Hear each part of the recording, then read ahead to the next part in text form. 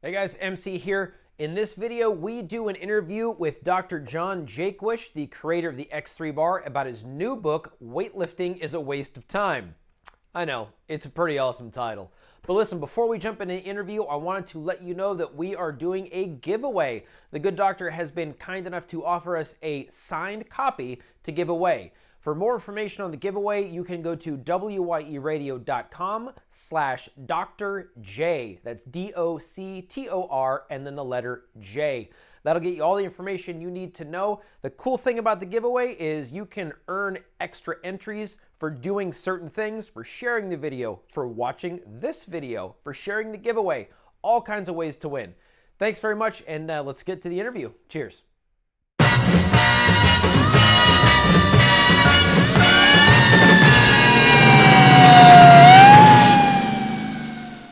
All right, so today we have a returning guest. What's this, like 4 or 5 times now? I don't know, but he just keeps coming back. Yeah, he keeps doing new and better and cooler stuff. So welcome back to the show, Dr. John Jaquish. How are you, sir?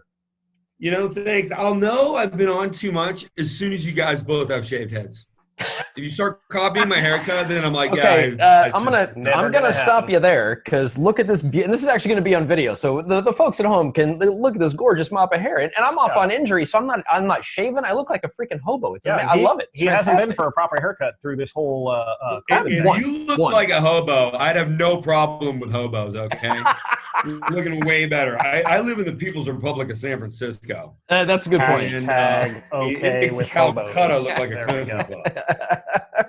Well, you know, the reason you came back on the show today is because you have a new book, and I'm gonna hold it up and I'm gonna show it, and you're not pulling any punches. You're not. There's no subtlety in the title of this, and I love that. It's weightlifting is a waste of time. You gotta tell me why you landed on such a conflagration of a title that it's going to be incendiary. It's going to piss people off. Why did you decide to go that route? The number one reason that I picked this actually has nothing to do with the subject matter. It has to do with my fascination with human psychology, in that people fall in love with their ideas and they don't want to accept that their ideas may be wrong. So we were just talking about that on another show. Yeah. I mean, hey, you asked the question, so we're going down this road. Absolutely. I love it. Yeah. Bring it. Yeah. So it's so funny. I mean, and we can see this in politics, right? Like, people don't want the facts. They want the information that supports what they already believe in. Mm-hmm. So, you know, somebody who doesn't like the president, it's like anything that says that the president is a total jerk is like, oh, this is definitely true. And then something that says the president's a superhero, they're like, oh, no, this is all totally false. So I'm sure you've noticed. But it's like, if you do something every day, like let's say brushing your teeth, I don't think anybody's emotional about that. You do it every day. My kid is very emotional about brushing her teeth. But that's a kid's job. That's a kid's job. Yeah, yeah, I think what you're getting at is there's things that we do every day that aren't controversial, and yet, according to the cover of your book, some things that you're doing every day should be controversial, and let me tell you why. They shouldn't. Here's actually where I was going, but it's close. You shouldn't be emotional about anything that you do or that you're trying to achieve or whatever. Like, if weightlifting is a waste of time, okay, well, I do that every day, so what's the better answer? That should be the question. Mm-hmm. But instead, somebody says something I do every day is a waste of time, I'm going to get mad. I mean, think about that. Yeah. What a loser would say something like that. Yet that's so many people who get so passionate about defending an idea they have really no background in. They have very little understanding, especially after you read the book. Most people are going to be like, wow, like, those things are obvious, but those are just not the things that were studied. So, you know, when two weightlifting programs are put against each other and we try and determine which one is the best, that still doesn't say weightlifting is a good idea. that still doesn't say it's a good stimulus for the body, right? So, did we learn much? Yeah, No. and I like on the cover of the book that you don't just come out and say, this is wrong. You come down and say, well, it's wrong, and I'm going to tell you why. Because you say right on the cover, there's a better way, which made me kind of, oh, well, I want to know what the better way is. Right. So very well done on that. And plus, we've been practicing that pose you do on the cover. Yeah. You just can't take a bad picture, Doug. Yeah. I take some bad pictures. You know, one of the things that these pictures that I delete. I just got your book literally this morning as we record this. So I started diving right in. And one of the things that stuck out to me right away is the footnotes. You don't just spout things. You don't just say, I'm right and you're wrong. You provide sources for the things and studies that you are saying. This is the reality of a situation, and here are a bunch of other people that agree with me. Yeah, citations are always important whenever you're talking about anything. And I just want to point out page 206 to our audience, which I looked at earlier. You've got at least a dozen notations for what it is you're discussing. So you're not just coming out and saying these things from a I believe or I'm, and you already said, it's not that you're passionate about it, it's that these are the facts. This is what the research supports, and you have the documentation to support it, and that's huge. Right. There's every statement that's made that's not an explanation of physiology is got a citation attached to it, and there's over 250 citations in the book, and there's only 266 pages, so that kind of tells you. Yeah.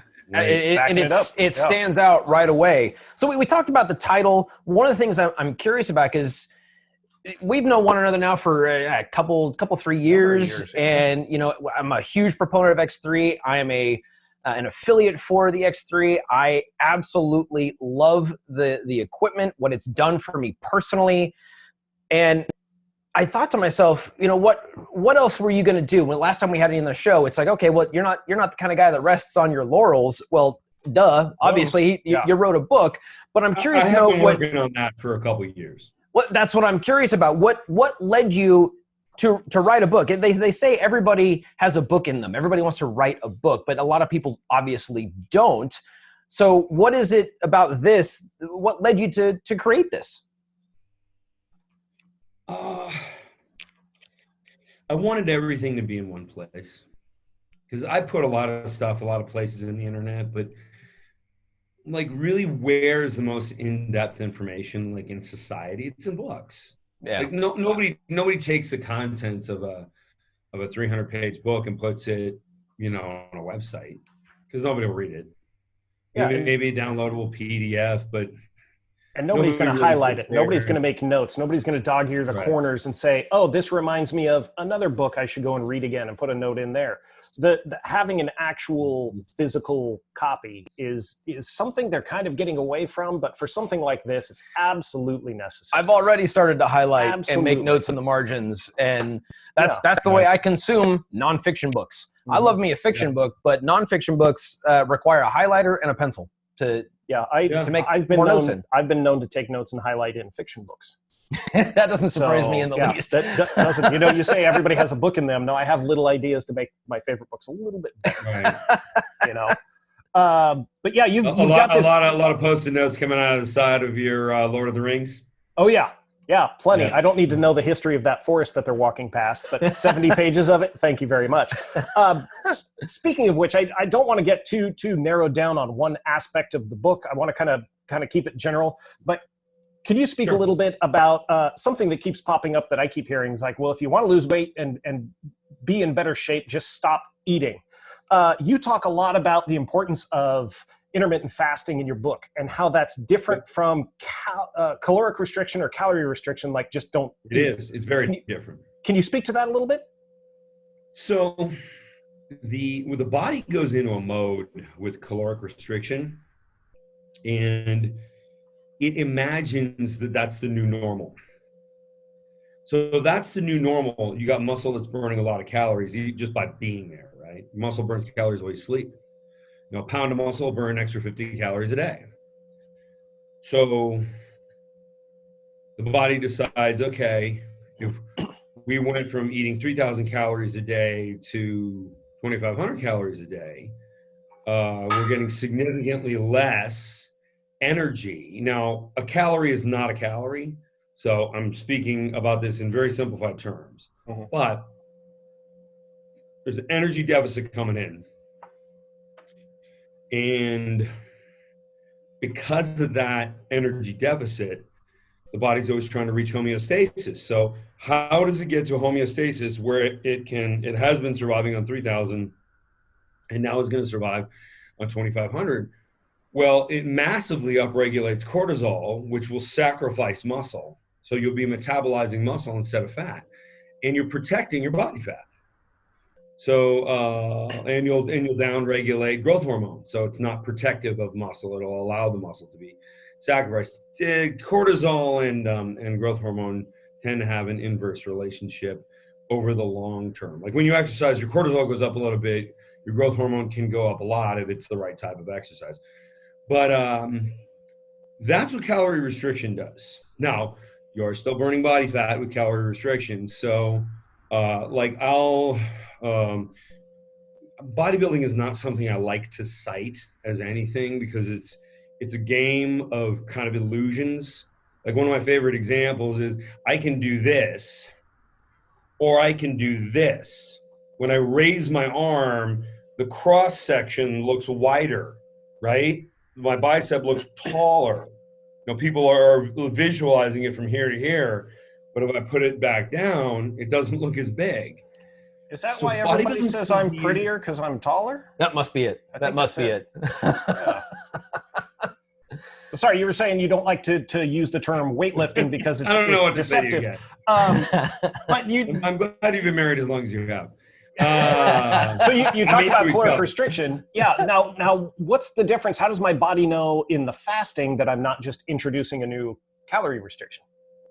Because your body knows fasting is not long term, so it doesn't try to find a new homeostasis. Interesting. So it's forget this term. It it's almost in panic mode, right? Yeah. It knows eventually something's going to happen. We need to be strong enough to catch our next meal. So you actually increase growth hormone and suppress cortisol, and you use body fat as your fuel instead of muscle as your fuel. So it's the opposite. So if I'm listening properly, it's the wow. Basically, yeah, really big difference. So you haven't. How long have you been doing intermittent fasting? Since November 1st, 2017. Okay. Prior to that, would you say a 3 squares a day kind of a guy? Yeah, but I was ketogenic. Okay. I was almost carnivore. Okay. So here's the reason I ask is one of the things that I've done with the X3 is document everything on my YouTube channel, which is where this is going to go live once it goes live. And people can see the progress that I've made, before and after photos and all that kind of stuff. What I have not done is change much of my diet. I've cut way back on beer. You'll be happy to know, although I am enjoying one right now. Mm-hmm. But typically, I've cut significantly back. And I've noticed some definite changes. One of the things that I have built into my life is my feet hit the floor and it's breakfast time, right? Not because it's the most important meal of the day. I get that's not a thing. Yeah, it's marketing. I understand that, but yeah, they didn't make that up. That's in the book. Yeah, it is. I read it, but I am hungry. Some days, if I'm running late, I don't grab anything and I try and make it longer. So when you first started doing it, even let's say pre-2017, and you'd skip a meal, did your body tell you, hey, dummy, you need to eat? Because I feel my blood sugar drop and I turn into a right pain in the ass. Yeah, you said the right word. It's because you're addicted to sugar. Okay. It's because you keep eating carbohydrates. Fasting and carbohydrates, they don't go together. They don't mix. No. Can't do it. So what I know you do OMAD, 1 meal a day, right? And so what time of day do you eat if you're not fasting, and what do you eat? So if I'm doing OMAD, it's I throw quite a few 48-hour one meal every 48 hours, I think. And usually 3 pounds of meat. In just one-off sitting, right? Yeah. Yeah, Okay. that's significant. We have a rule in the firehouse: a pound per man is what you should be buying, and that's just for our evening meal. So if you're looking at 3 pounds in one sitting, that's a significant amount. But you're also doing that with the fasting, and you mentioned, and I'll go back to this in a little while. In the back of the book, John's Protocol, you mentioned a certain amount of protein per meal. That was pre-fasting, yes? The 150 of protein per meal that you mentioned in the protocol in the back of the book? Yeah, that's in the one meal every 48 hours or 72 hours. So that is, wow. I want to make sure I get over a gram per pound of body weight. Mm-hmm. Holy cow. One of the things that stood out to me, when you look in the contents section, there's 10 chapters, and they average, a dozen or so pages ish, maybe 20 here, 20 there. But it's chapter 6, optimizing nutrition, what we've been talking about, that is 53 pages long. And I have heard tell a number of times people say, abs are made in the kitchen.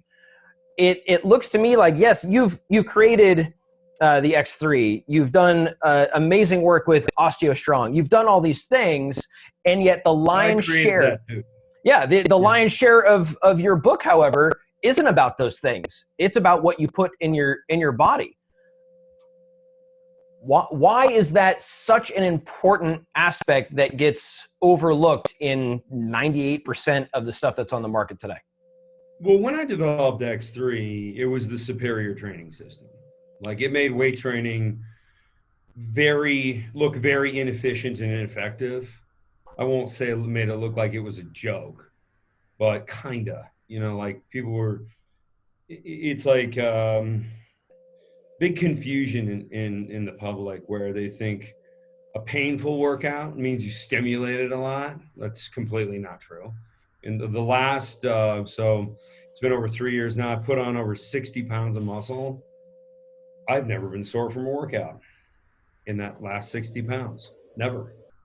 So and also there's 3 studies I do cite in the book, which show how muscle damage is inversely related to growth. So as in, the more muscle damage you create, the less growth you have, not the more. So like a lot of guys who lift and they try and beat themselves up and then they're really proud of themselves, they did worse. And so once creating the absolute best training system, I thought, okay, where are people failing now? Because if you use the X3 correctly, there's a lot of these issues would just go away. Like, the muscle damage, unless you use X3 incredibly wrong, you're not going to get any muscle damage from it. There's a lot of things that solve themselves. Now, I'm always surprised how people will go off the reservation and invent their own stupid way of using it. I tell people you'll never do that. Yeah. You don't know. You've seen them. Oh yeah, them. I sure have. I laugh every time. I see them all the time on the ambulance. Yeah. Yeah. So I really work hard to convince people, don't invent your own way of doing this. Follow the program. Everything is the way it is for a reason. You want to maximize hypoxia. You want to keep constant tension. You want diminishing range. So you actually fatigue every possible range of motion. I see people, they get done with their full range repetitions and then they just go, okay. And they just drop the bar. It's like, where's the other half of your workout? You didn't do it. So, but after creating all that, I said, where are people failing? And I saw people who just didn't, they do everything perfectly and they just didn't really grow much muscle. So start asking questions. Now, I already knew what my body needed because I researched it, but there is as much nutrition confusion as there is exercise information confusion. So there's articles that say like, oh, you don't need much protein, funded by Nabisco, of course, because they don't sell anything with protein in it. Try our shakes and our bars and do this and subscribe a lot to of that. Yeah. And a couple things that you mentioned before, what have I heard all the time? No pain, no gain. It hurts so good. Not accurate. Yeah. No. All these things we've been taught. My world is also like the time, like you don't need a lot of time to stimulate your body to grow. Mm-hmm. So when it was the nutrition that people were doing wrong, and like I said, I knew I needed a gram per pound of body weight, and that was the lifestyle I was living. Now I wasn't growing any muscle before X3 because I was just using regular weights, and it's a lousy stimulus. But as soon as I started, it was like I was putting on size very quickly, and I was getting leaner very quickly, and so I needed to help people. So yeah, I mean, probably a quarter of the book is about nutrition, maybe even a little more.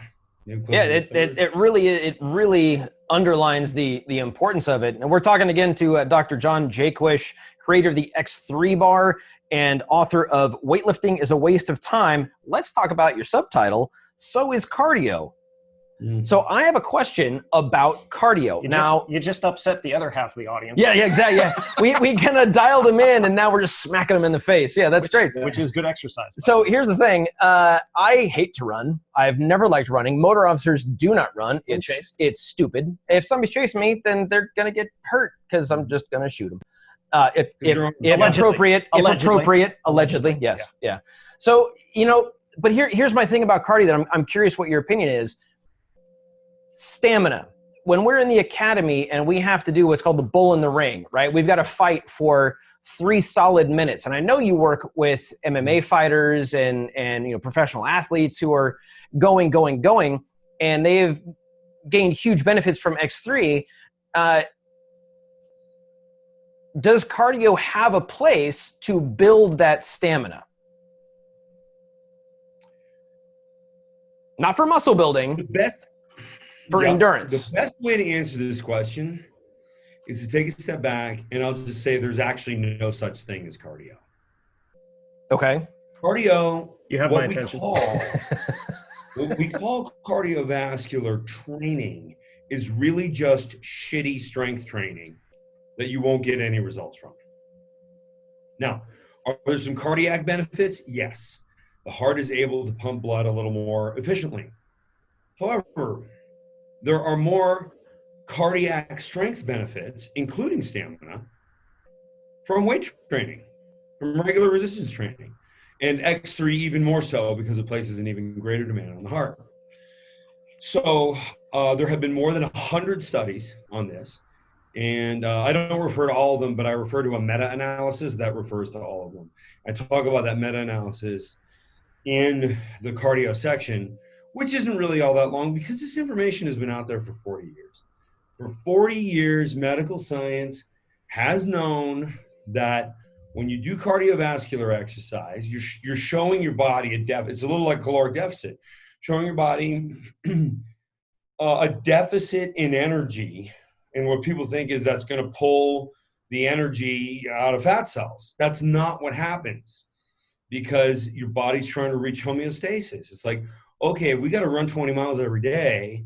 We don't store the energy for that. So your central nervous system is like an engineering team, and it's remodeling you all the time. That's what I mean by trying to find homeostasis. So if you want to be an economy car and go long distances, do economy cars have V12 engines? Not usually. No. So it's going to make your engine smaller. So it increases cortisol and sacrifices muscle, not body fat. That's where we get the term skinny fat. So you see a lot of runners, they're thin, but they're still really flabby. Mm-hmm. They look soft and they jiggle when they move. Yeah. Thanks for noticing. Because they don't have muscle there. I want to bring up something. You're talking about eating muscle and we're really looking for the most efficient way of burning what it is that we have. Where does testosterone fit into all this when you talk about burning muscle? Burning muscle or burning fat? Either or. I mean, I hear a lot of stuff coming around. The Firehouse guys are in the gym. They're talking about, I need more testosterone, more this, more that. Where do these hormones fit in with what we should be doing? Because I feel like there's a big disconnect in the nomenclature that people are using in the gym and the evidence that's in your book. So testosterone plays a role in maintaining muscle. Growth hormone plays a bigger role. And when you do cardio, you suppress growth hormone also. So it doesn't protect muscle, and muscle starts to metabolize. Building new muscle has a lot to do with testosterone. Maintaining it is kind of testosterone and growth hormone. But growth hormone is not anabolic. So growth hormone by itself, not really going to build anything. All right, there you go. That's your question? Yeah, and anabolic versus aerobic, right? That's the distinction that you're making there, or am I wrong? No, I mean anabolic versus catabolic. Okay, got it. Right, like cortisol is catabolic; it breaks down tissue. Anabolic means growing tissue. Yeah. Wow, it's you know, there's so many terms that get thrown out, especially at the firehouse and the gym. And now guys are starting to flip these tires over, and they're moving ropes up and down. I go in and I say, just pick it. Do you Those want are the battle rope ropes, man. Those are battle ropes. Do you want the rope up or do you want the rope down? I mean, let's just find a happy medium for it. And it seems like people they grab onto and you talk about it in the book a lot, the kind of marketing, the things they've been sold, they grab onto this idea that supports what they want to do. Well, so all of a sudden, boom. 12 years ago, like kettlebells were everything. Oh yeah. It was like the secret to fitness was kettlebells. And it's like, it's an iron slug with a handle on it, guys. Like there's no magic. Yeah. People have been posting pictures with blisters on their hands. Like, look at my workout. And I'm thinking, why would you do that to your hands? Well, to be fair, go ahead. I have the softest hands. Yeah. I using the latest X3, man, that builds up some calluses on the hands. You know, you're an advocate of not using gloves. There you go. Exactly correct. Not using gloves, your grip strength will improve. And I was real nervous about that when I started doing this a couple of years ago. And when I restarted, in March, doing it, religiously, didn't miss a day, 6 days a week. And I built up those calluses and my grip got stronger just by doing what you said to do. That's weird. Yeah. It's like the doc says to do it, you did it, and it worked. It did. It absolutely worked. What's the trick?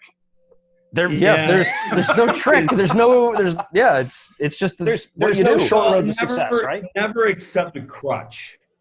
And gloves and wrist wraps. Putting that on a t-shirt. And like somebody hands you a crutch and you're like, no, I got this.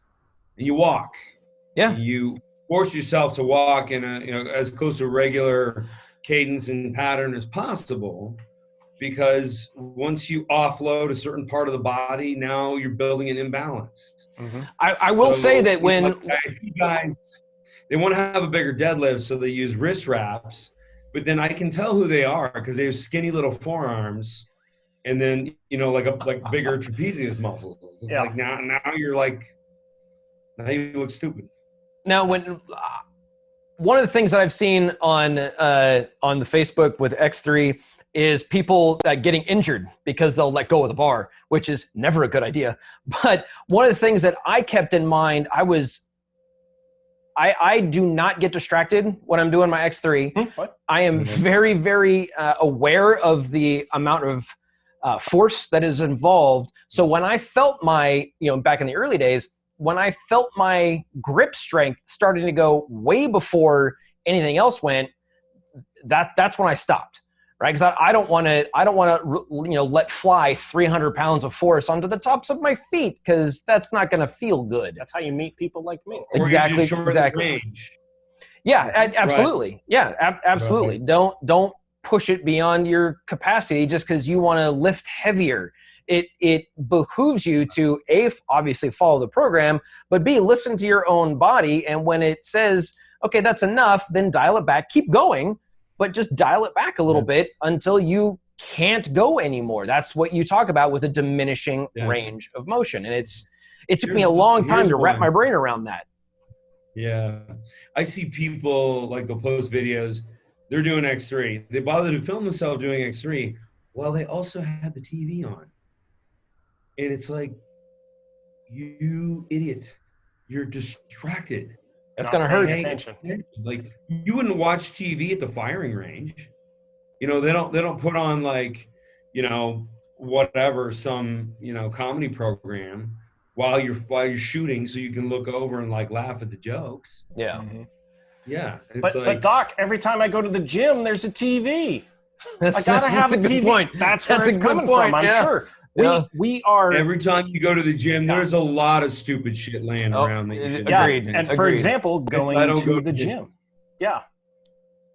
The second biggest chapter we'll talk about. Going to the gym is the number one problem. That's the number one stupidest part about the gym. Yeah. And I know you got a busy day ahead of you. We're going to let you go here in just a minute. Again, we're talking with Dr. John Jaquish, the author of Weightlifting is a Waste of Time. So is cardio. And there's a better way to have the body you want. The second biggest chapter you've got is all about the falsehoods of fitness. And we already talked about one. I actually made a note, number 4, that sore feeling. And we already touched on it.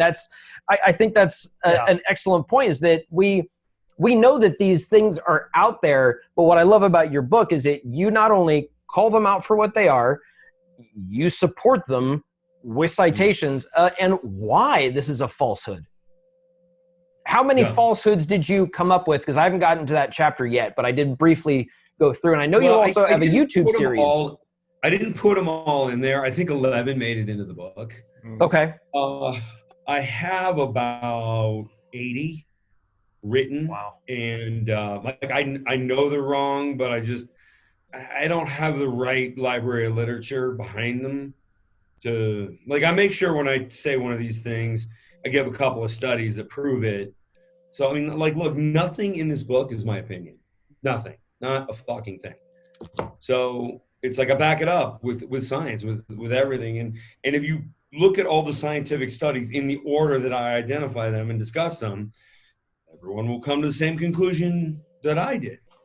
Forrest Griffin wrote the foreword of the book. He came to the same conclusion, as well as the person from NASA who gave me the endorsement. She's a medical doctor, Dr. Sean Baker, Ben Greenfield, and the strength coach from the Miami Heat.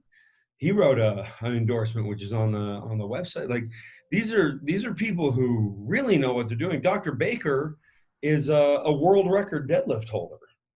Like, he knows a little bit about strength, and he's a physician. Yeah. Like, brilliant guy. And immediately, no, I don't think he loved the title. He did not tell me. It's like, I mean, he's a world champion in weightlifting. Yeah. So, you know, like, weightlifting is a waste of time, and there was a long silence on the phone. Until he sees the citations, he sees the evidence, it jives with. You know, I don't say resistance training is a waste of time. I say weightlifting is a waste of time. There's a problem with weightlifting is you're holding the same weight here that you're holding here, but you're 7 times stronger right here than you are here. Yeah. So why not have a weight that changes so you can exhaust in accordance with your natural biology? That actually comes up. That's what we've seen. That comes up in the introduction. Very early. Page 21, right there, and there's an example of exactly what you're talking about. So the big question that I want to know, and actually before I get to that, I'm gonna be totally upfront with you. I'm not gonna read all those studies, but you know what I'm gonna do? I'm gonna use the X3 and follow the program, because there's a guy. I'll be honest with you, I don't have friggin' time to read all that stuff, man. I don't. I'm not going to make that effort. You know, but I know you. I trust your medical research, your citations. I've talked to you repeatedly. I have made the investment in the equipment, and I know firsthand what it has done for me. And I've said it time and time again. The only attaboy I needed was when I walked out of the shower and the wife said, "This is working for you." I mean, what kind of what better I say it opinion? Half a dozen times, not a word, but the wife says it. That's a good point. That's a good point. Man. So, Doc, where can we find this this book?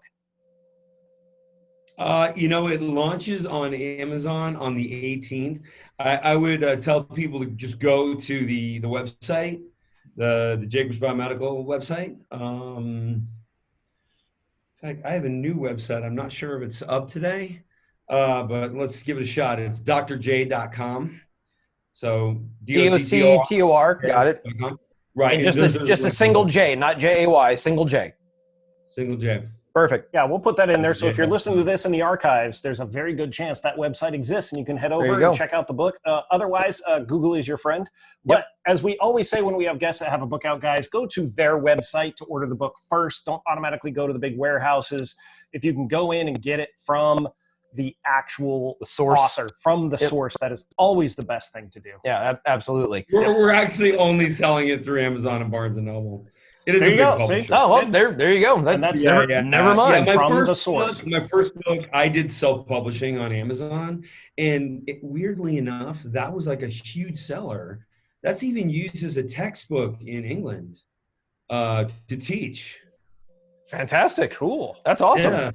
It's the most boring book. I don't recommend it. Well, and when you realize that there's some kid somewhere learning how to do things right that is required to read your book, how does that make you feel?